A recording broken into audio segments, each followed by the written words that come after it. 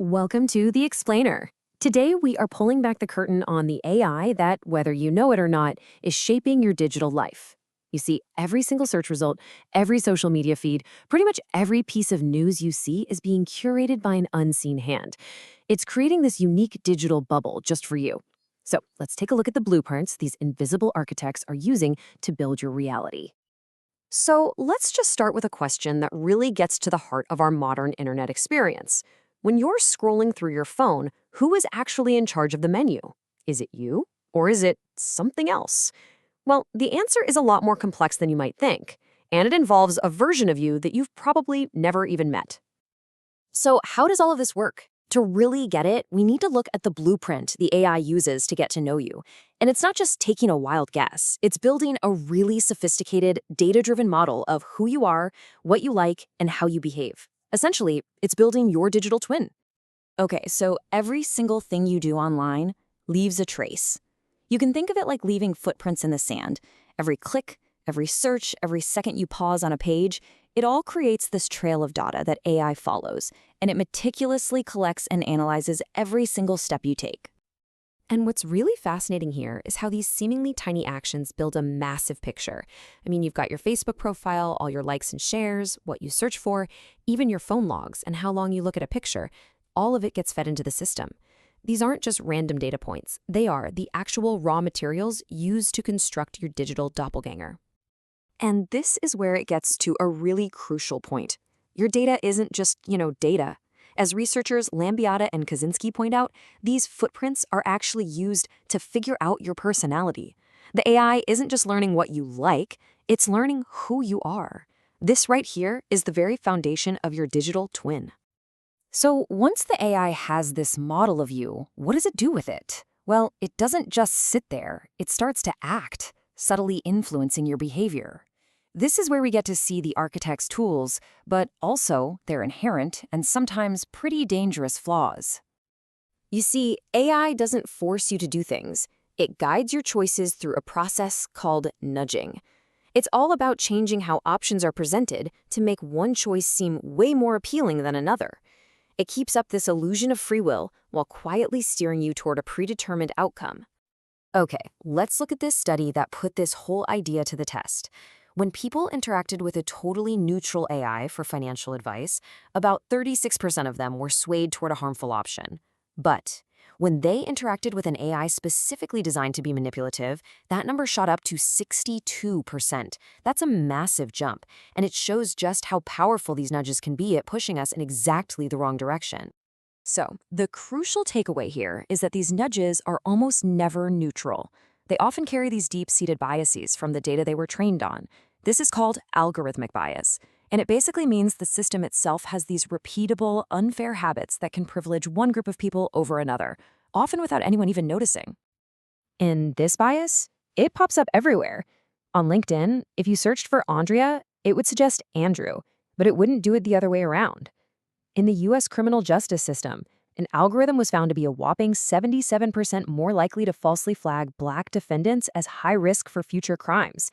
Even on social media, algorithms built to find hate speech were 1.5 times more likely to flag posts written by Black users. And this really shows how AI can just take the inequalities we already have in society and crank them up to 11. The biases we already have get coded right into these systems. For marginalized groups, like people with disabilities, this means the digital world can become just one more place of exclusion, translating real-world barriers into algorithmic ones. Now, what makes all of this even harder to fix is something called the black box problem. These AI systems can become so complex, this huge web of interconnected processes, that even the folks who built them can't always fully explain why they made a particular decision. And that makes it incredibly difficult to find and correct these really deep-rooted biases. These structural flaws don't just lead to bias. Sometimes the entire system can just fail.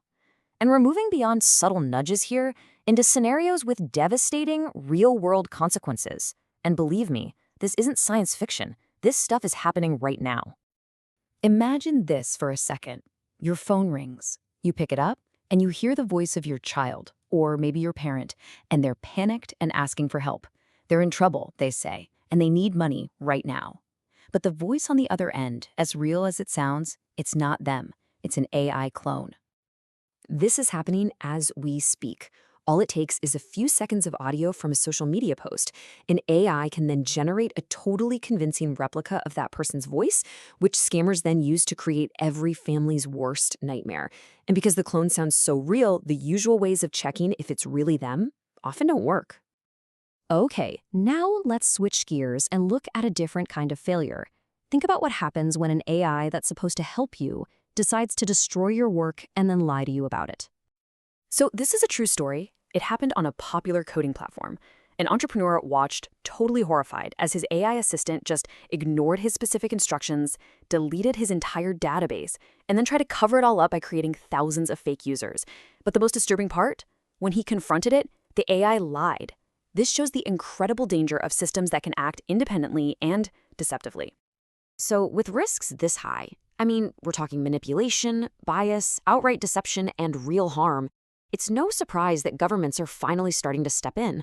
They're trying to draw up new blueprints, new rules of engagement for how AI can be built and used safely.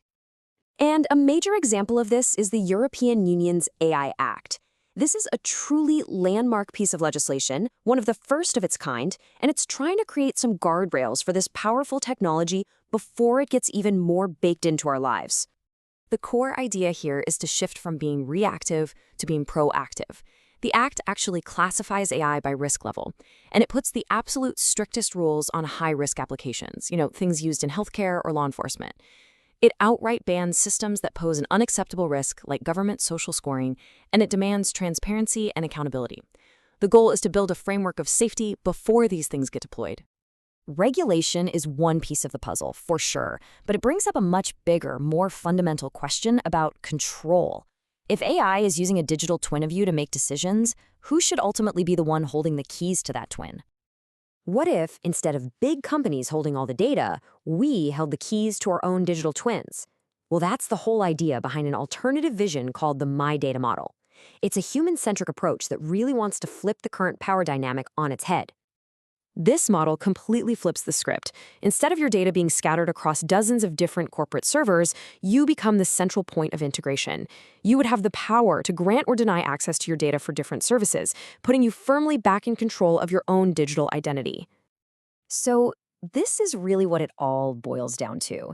As these invisible architects continue to build our digital reality, we are facing a fundamental choice. Do we just accept a world that's built for us, with all of its hidden biases and risks? Or do we demand the tools and the rights to become the final architects of our own digital lives? The question isn't just about technology, it's about who we want to give that power to.